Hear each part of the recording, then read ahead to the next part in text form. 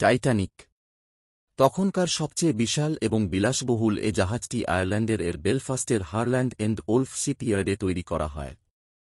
জন পিয়ারপন্ট Morgan নামক একজন মার্কিন ধনকুবের এবং ইন্টারন্যাশনাল মার্কেন্টাইল মেরিনের অর্থায়নে 1931 মার্চ সর্বপ্রথম টাইটানিকের নির্মাণ কাজ শুরু হয় এবং এর নির্মাণ কাজ সম্পন্ন হয় 31 মার্চ 1912 সালে।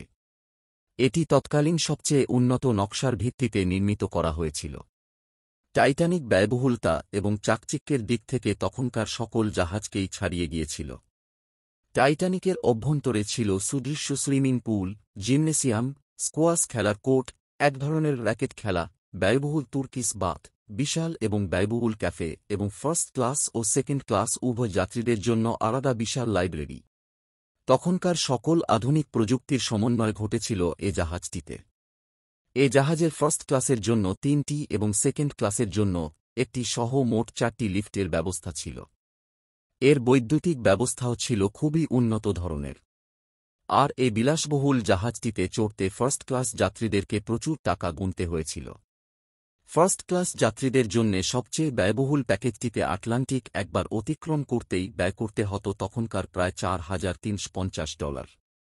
এতে থাকা রেসিপ্রোকেটিং ইঞ্জিনগুলো সেই সময়ের বৃহত্তম, যা 40 ফুট 12 মিটার উঁচু এবং প্রতিদিন 600 টন কয়লা ব্যবহার করত।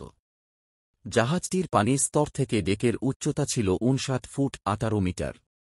এতে ছিল 4টি সিলিন্ডার বিশিষ্ট 2টি ট্রিপল এক্সপ্যানশন স্টিম ইঞ্জিন এবং একটি লো প্রেসার টারবাইন, যা 3টি প্রোপেলার চালাত। 29টি বয়লার সক্রিয় রাখতে 159টি কয়লা পোড়ানো চুল্লি ব্যবহার করা হতো।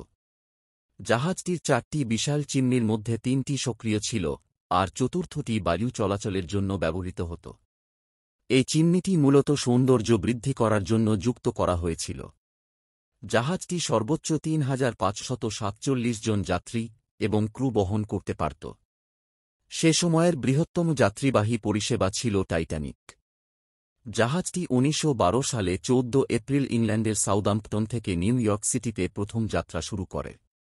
জাহাজে আনুমানিক 2,224 জন মানুষ নিয়ে যাত্রা শুরু করে।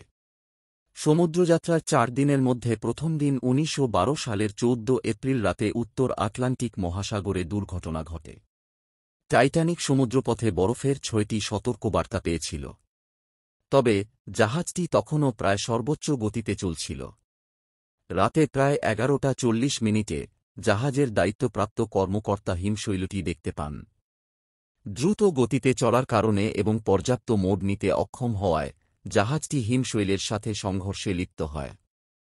সংঘর্ষের ফলে স্টারবোর্ডের ডান দিকে 16টি বগির মধ্যে 5টি ক্ষতিগ্রস্ত হয় এবং সমুদ্রপথে পানি ঢুকে পড়ে।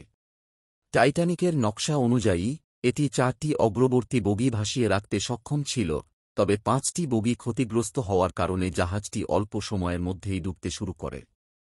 সংঘর্ষের পরপরই যাত্রীদের উদ্ধার প্রক্রিয়া শুরু হয়, তবে লাইফবোটের সংখ্যা যথেষ্ট না হওয়ায় বিপুল সংখ্যক যাত্রী পানিতে ডুবে প্রাণ হারান। এই ঘটনা টাইটানিককে ইতিহাসের অন্যতম ভয়াবহ সামুদ্রিক বিপর্যয়ের উদাহরণ করে তোলে। 15 এপ্রিল সোমবার রাত 2:20 পর্যন্ত 2 ঘণ্টা 40 মিনিট সময় ধরে এই ডুবে যাওয়ার ঘটনার ফলে 1500-এর বেশি মানুষের মৃত্যু ঘটে, যা ইতিহাসে শান্তিকালীন সময়ে প্রাণঘাতী সামুদ্রিক বিপর্যয়ে পরিণত হয়েছে। 13 বছর পরও যেমন টাইটানিক নিয়ে মানুষের জানার রহস্য আছে। টাইটানিক হয়তো একদিন ঠিকই সমুদ্রের গর্ভ থেকে নিশ্চিহ্ন হয়ে যাবে, কিন্তু মানুষের মনে টাইটানিক বেঁচে থাকবে চিরদিন। যুগ যুগ ধরে অসংখ্য বিশেষজ্ঞরা টাইটানিককে ব্যাখ্যা করার চেষ্টা করে আসছে, কিন্তু তারা যত ব্যাখ্যাই দেয়ার চেষ্টা করুক না কেন, টাইটানিক চিরকালই থাকবে রহস্যের আড়ালে ঘেরা। সব জানার পরও যেন জানার আরও বহু কিছু রয়ে যায়।